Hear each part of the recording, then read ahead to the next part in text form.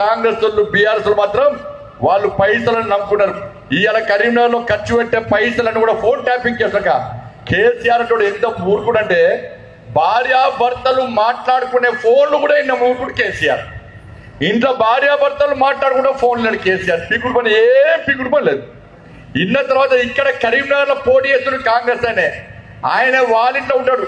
ఆ phone tapping చేసిన ఆయన వియ్యంకుడే ఈయన ప్రభాకర్ రావు అంటే ఆయన అమెరికా ఉన్నాడు. ఆయన వియ్యంకుడేమో కరీంనగర్ లో ఉన్నాడు. ఫోన్ ట్యాపింగ్ చేసిన వియ్యంకుడు ఈయననే ఇలా కాంగ్రెస్ పార్టీ ఆయన పోయి ఉంటున్నాడు. ఈ ఖర్చు పెట్టే పైసలు మొత్తం ఈ ఫోన్ ట్యాపింగ్ చేసి బ్లాక్ మెయిల్ చేసి సంపాదించిన పైసలే ఇవాళ కరీంనగర్ లో ఖర్చు పెడుతున్నాడు.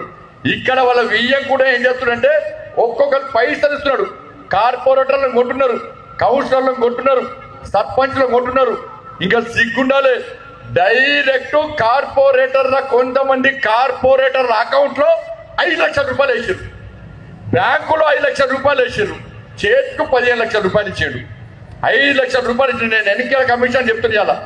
ఎన్నికల కమిషన్ కి విజ్ఞప్తి చేస్తున్నా, కాంగ్రెస్ పార్టీ నాయకుల అకౌంట్లను మీరు చెక్ చేయండి.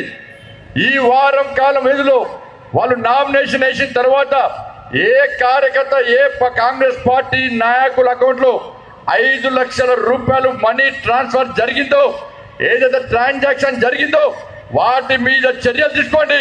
వాళ్ళ మీద పక్కా కేసులు పెట్టాలి. ప్రజలు గెలిపించింది ప్రజలకు సేవ చేయడానికి. ఒక పార్టీని గెలిపిస్తే ఇవాళ మీరు నమ్మక ద్రోహం చేసి ప్రజలకు ద్రోహం చేసి ప్రజా సమస్యలను పక్క పెట్టి లక్షల రూపాయలకు అమ్ముడు ఓడానికి మేము ప్రజలు గెలిపేయలే.